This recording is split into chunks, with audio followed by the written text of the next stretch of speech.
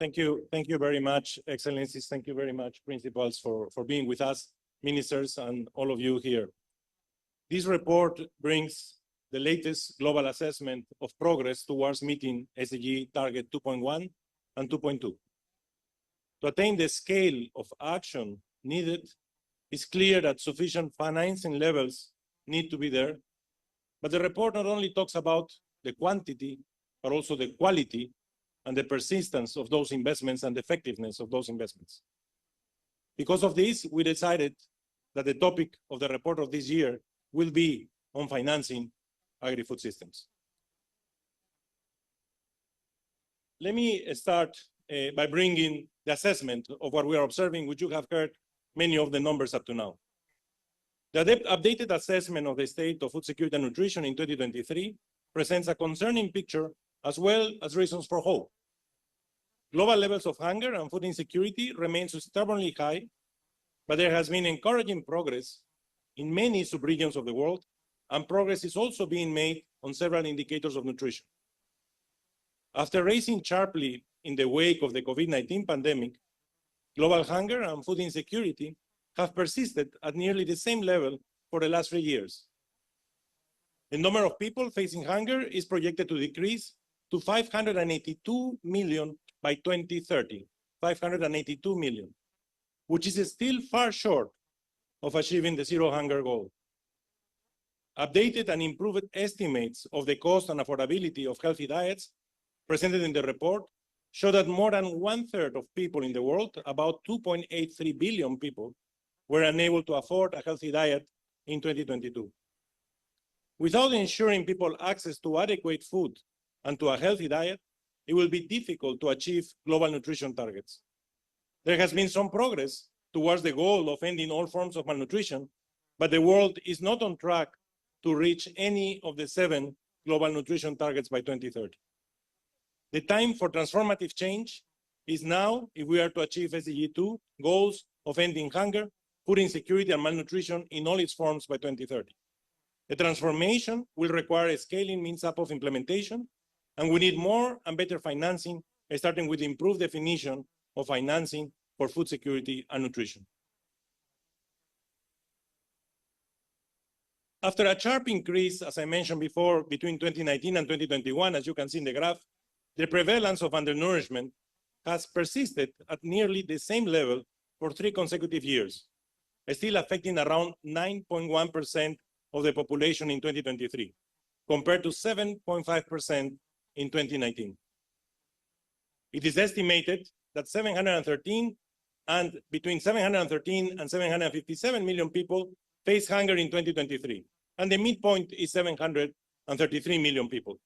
This is about 152 million people more than in 2019. This is the magnitude of the impact of COVID-19, something that nobody expected. The current levels of undernourishment are comparable to those of 2008 and 2009. This means, colleagues, that we have lost 15 years in the recovery of hunger. Significant differences emerge when comparing regions and subregions. Progress was made towards reducing hunger in some subregions of Asia and in Latin America, due specifically to South America, from 2022 to 2023. But hunger is still on the rise in Western Asia, the Caribbean, and most subregions in Africa.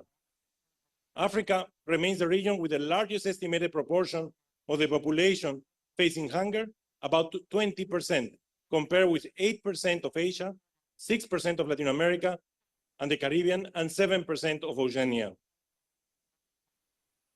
This figure shows the percentage point change in the prevalence of undernourishment from 2022 to 2023, showing the important decline of prevalence of undernourishment in South America, where 5.4 million fewer people face hunger in 2023 compared to 2021. Colleagues, if South America can progress in this way, all the regions of the world can also accelerate their change and the progress. And that's what we are looking through this SOFI report. As I mentioned before, if we project this number, by 2030, under the same conditions, we will be in 582 million people by 2030, which is about 130 million more people than in the scenario that reflects the world economy prior to the COVID-19 pandemic. And we bring this comparison because it gives us the idea of where we have been if there was no COVID-19. That means that we have enormous space, even under the current conditions, to keep improving. Projections point to a worsening situation for Africa, which may be home of more than half of the people facing hunger in 2030. And that's what we need to completely change and transform in the following years. We also have another indicator that looks at the progress towards the broader goal of ensuring regular access to adequate food for all, which also have stalled. The prevalence of moderate or severe food insecurity based on our food insecurity experience scale indicator, what we call the FIES, which many countries are implementing, Brazil is one of those countries, measures access to food, which has remained unchanged for 3 consecutive years at the global level. In 2023, an estimated of 28.9% of the global population, 2.33 billion people, were moderately or severe food insecure. These estimates includes 10.7% of the population, 864 million people, who were food insecure at severe levels. The prevalence of moderate or severe food insecurity remained virtually unchanged in Africa, Asia, and North America and Europe from 2022 to 2023, and worsened in Oceania. In contrast, consistent with our previous numbers, there is a notable progress occurring in Latin America. And please remember that these numbers come from 2 completely different sources. The POU, the prevalence, which comes from data collected through the governments, and the FIES, the Food Insecurity Experience Scale, which is a global survey that we collect at FAO. And the consistency of the numbers is really important. The gender gap also in food security widened considerably at the global level between 2019 and 2021, the period of COVID-19, and that clearly reflected the increasing inequalities. But in the wake up, and what we are seeing now is that this gap is narrowing in most regions in 2 years in a row. Although still prevalence of food insecurity has remained consistently higher among women than among men globally and in all regions. But the good news is that we are converging, and we need to accelerate that convergences in the world. Focusing specifically on economic access to healthy diet that was referred previously, our updated and improved estimates that try to capture more the interregional variation and within country variation show that more than 1/3 of people in the world, about 2.83 billion people, were unable to afford healthy diets in 2022. Food prices rose throughout 2022, pushing up the average cost of a healthy diet. Despite this, and importantly, the number of people unable to afford a healthy diet in the world fell back to pre-pandemic levels in 2022, fueled by economic recovery from the pandemic that has nevertheless been uneven across regions and country income groups. And many people will ask the question, if food is more expensive in the markets, why we are improving the access to healthy diets? The reason is simple. The higher income and high income countries have improved in their economic recovery, and the income effect has surpassed the cost of the access of the prices of the cost of healthy diet. But this is clearly not the case for the poorest countries, where they are the ones which are facing still significant challenges, and the numbers of lack of access to healthy diets for the poorer countries have substantially increased over the years. And this is what we observe in this figure, where unequal recovery is evident across countries' income groups in 2022. The number of people unable to afford a healthy diet dropped below the pre-pandemic levels in the group of the upper middle and high-income countries, as I mentioned before. But this is not the case for the poorest countries. Of the people in the world who were unable to afford a healthy diet in 2022, 1.68 billion, or 59%, lived in lower middle income countries, and however, low income countries had the highest percentage of the population that could not afford a healthy diet, 71.5%. So again, we are looking at the inequalities and how the recovery has affected the potential access to these healthy diets.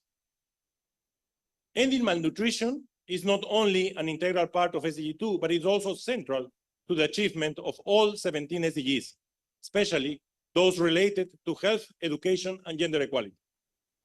Some progress, and it's important to raise the progress, has been made over the past decade with improvements in global prevalence of stunting, a very difficult indicator to change, and wasting, an also very difficult indicator, of children under 5 years of age and exclusive breastfeeding until 6 months of age. However, we would have liked this to be faster. And other indicators which are not improving, surprisingly, is anemia among women aged 15 to 49 years of increase, which has increased, and rising rates of obesity foreshadow the major challenges for the health and well-being of all age groups. Again, this is an intertemporal cost for the society because overweight and obesity will create non-communicable diseases, and that will affect our finances because we will need to spend significantly more in health. New estimates of prevalence of adult obesity reveal a steady increase over the last decade from 12 percentage points in 2012 to nearly 16 percentage points in 2022. And this is what you can observe. Sorry. In this graph. Apologies, I didn't switch the slides. Okay, colleagues, the idea of the SOFI was to look also at financing.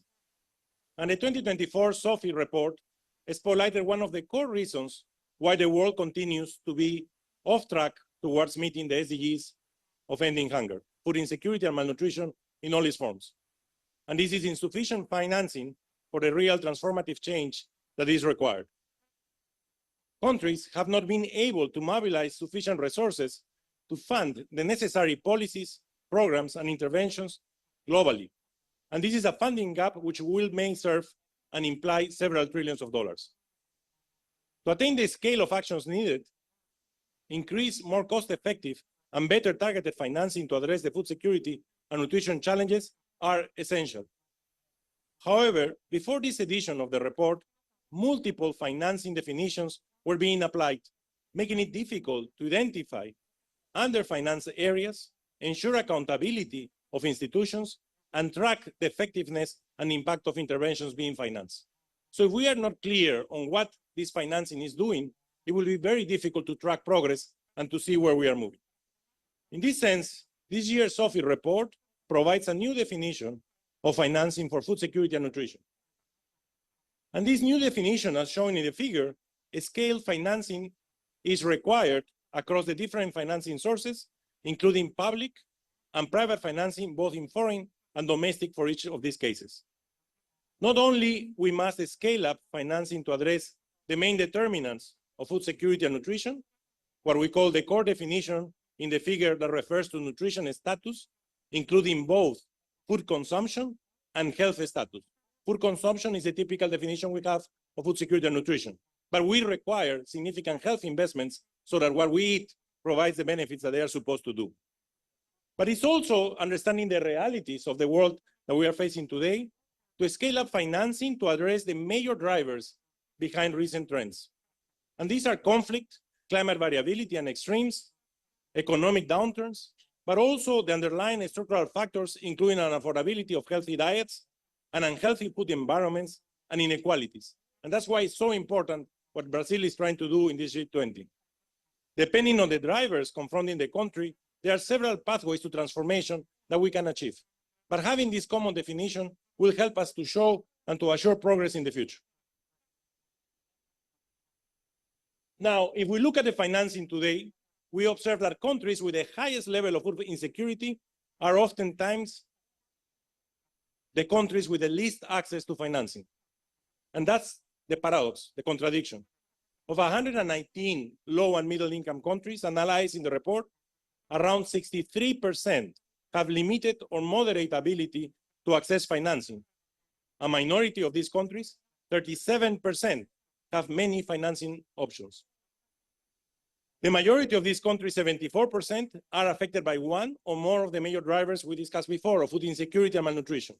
So the challenge of increasing access to affordable countries of financing to countries is extremely important and relevant. In addition, the presence of the major drivers in most of the low and middle income countries opens opportunities to embed in food security and nutrition objectives in humanitarian, climate, and development finance, using the existing financing tools in more innovative and inclusive, equitable ways. It's here where we identify in this SOFI several promising innovative approaches and financing instruments that can be employed, especially in countries affected by the major drivers and in need of increased finance. These innovative approaches will vary depending on the country's ability to access financing and are fully elaborated in the report, and you can look at it because now the report has become public. But in summary, this report brings 3 key recommendations. The first is that all funders need to work in the agri-food system and to have better coordination and consensus on what and where it is essential to finance and targeting, so that financing reaches the countries in most need, considering national and local priorities. And having a common definition of financing will help this enormously. Second, donor and other international actors, including all of us, must be more risk tolerant, and we should have a bigger appetite of risk, as it was mentioned by the IFAD president. We need to involve in the risking activities, but the world of the agri-food system, the world of the rural areas, where most of the hunger is and most of the poor people are, is a world that will be facing risk and uncertainties because of the climate and the evolution of the climate change. And finally, we need to innovate in financing. Blending financing is one type of innovation, but we also need to bring de-risking through information and other mechanisms, as well as to attract climate financing to the agri-food systems. The agri-food systems is the one who gives the right to food. Of course, it generates externalities on emissions and biodiversity, and we need to minimize those. But it's the only sector that has enormous space to reduce all those externalities. And that's why climate financing, which today is only 3% to the agri-food system, needs to come to the agri-food system. While national commitments and public investments are critical, the scope of the problem is beyond the public sector, and we will need private sector's full engagement and financing to fill the gap. Colleagues, this brings the end of the key presentation, but it's important to understand that the SOFI today becomes the baseline of the indicators to achieve SDG 2 of the Alliance, the Global Alliance for Zero Hunger and Zero Poverty, which is what the G20 of Brazil is pushing for. This is the baseline over which we can track in the next 6 years how we evolve in the 3 pillars of the Alliance: knowledge, sharing from what countries have improved and has worked well; financing, the 3 recommendations; and action at the country level, which is so important. Thank you so much.